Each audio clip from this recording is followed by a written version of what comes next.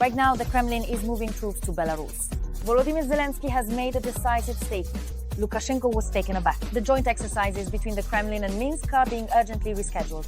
The West is panicking. Putin is coming right up to NATO's doorstep. Which country is he targeting? All this and more coming up. Watch until the end. Hello, this is Ukraine Today. I'm Darina Hutsakala, and here are the latest events. Russia is massively transporting military cargo to Belarus by air. All this is happening against the backdrop of preparations for the joint Russian-Belarusian exercises Zapad 2025, which may serve merely as a cover.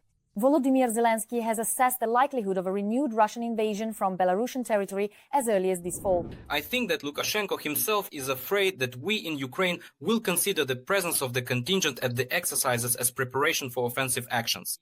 He understands after our corresponding steps in the Kursk direction what we are capable of if we sense a threat. According to Pavlo Latushko, deputy head of the United Transitional Cabinet of Belarus, the president of Ukraine made it clear to the self-proclaimed leader of Belarus what such a bold move could mean for him. On the other hand, last week, the president of Ukraine also made an interesting statement saying that Lukashenko basically chickened out.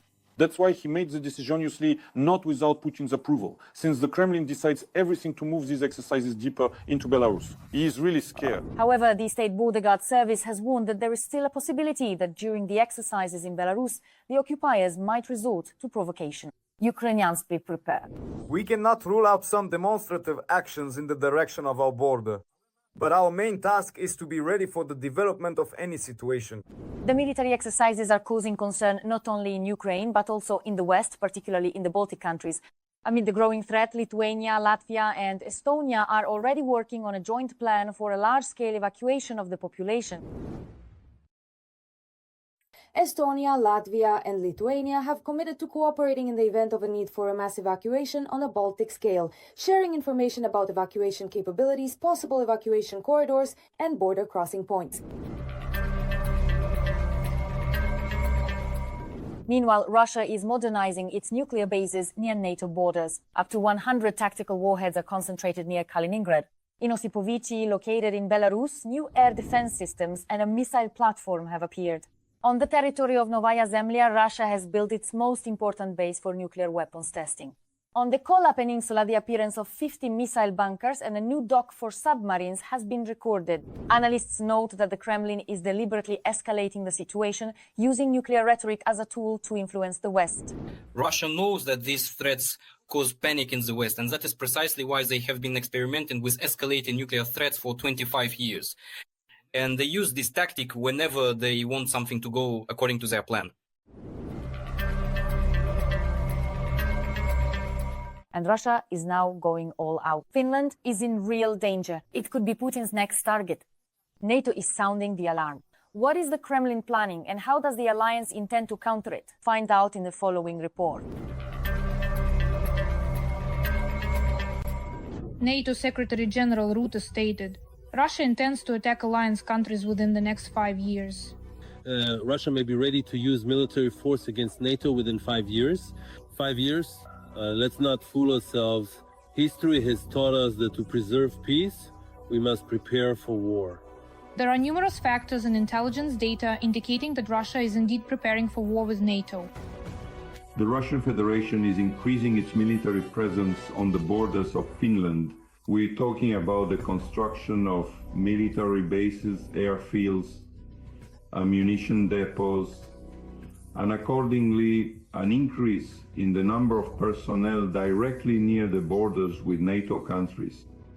Even though the Russians are spending a huge amount of resources on the war in Ukraine, they are producing several times more weapons than the NATO countries. As for ammunition, Russia produces in 3 months as much as all of NATO produces in a year. It is expected that this year alone, its defense industry will produce 500 tanks, 3 zero-armored vehicles, and 200 counter-missiles. The Russian side itself admits that at the moment they are mainly using stockpiles of Soviet-era weaponry, that is the same armored vehicles that had been kept in long-term storage depots. On the one hand, it's a demonstration of growing military capability, but on the other hand, it actually shows the gradation of the Russian military-industrial complex and their inability to produce more modern weaponry. Every voice matters. Join our community, support independent journalism and help us bring you the truth from Ukraine. Become a member of Ukraine Today. Join us now. NATO is also concerned about Russian drone and missile strikes, following the example of what has happened in Ukraine. We need to strengthen our air and missile defense by 400%. All of us are now on the eastern flank. The new generation of Russian missiles travels at speeds many times faster than the speed of sound. The distance between European capitals is just a matter of minutes. Moreover, according to experts, if the Russians attack, as always, they will rely on sheer numbers. Most likely the Russian Federation will focus primarily on tactics from the Second World War. That means superiority in manpower. In other words, the well-known tactic is the so-called Zhukov doctrine, which the Ukrainian side refers to as meat grinder assaults, or in the Russian interpretation, we won't spare the cost. That is why the main advantage of the Russian Federation over NATO countries is its unlimited mobilization reserve.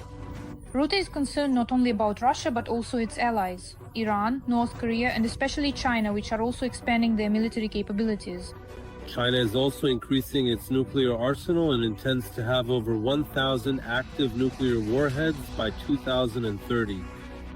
Those who oppose freedom and democracy are entrenching themselves, preparing for a long-term confrontation. Rutte openly stated that if the bloc countries do not start increasing their defense spending and arming themselves, they should prepare for life under occupation. If you don't agree to 5% spending, you might still have a healthcare system, a pension system, and so on, but you have to learn to speak Russian. I was told, Mark, if you bring these harsh facts to the surface, it might be a shock for the public. But they should be on alert. This is our reality. European countries understand perfectly well that if Ukraine cannot withstand Russian attacks, the next target of the Russian occupiers will be NATO countries, direct first and foremost Poland and the Baltic states. Moreover, the possibility of a direct armed intervention against Finland and Sweden is also being considered. It seems that Europe has finally woken up and European leaders have realized that it is impossible to negotiate with the aggressor.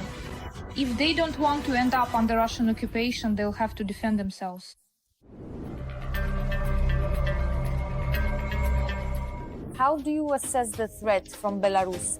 Share your opinion in the comments. Hit the like button under the video and stay up to date with the main news.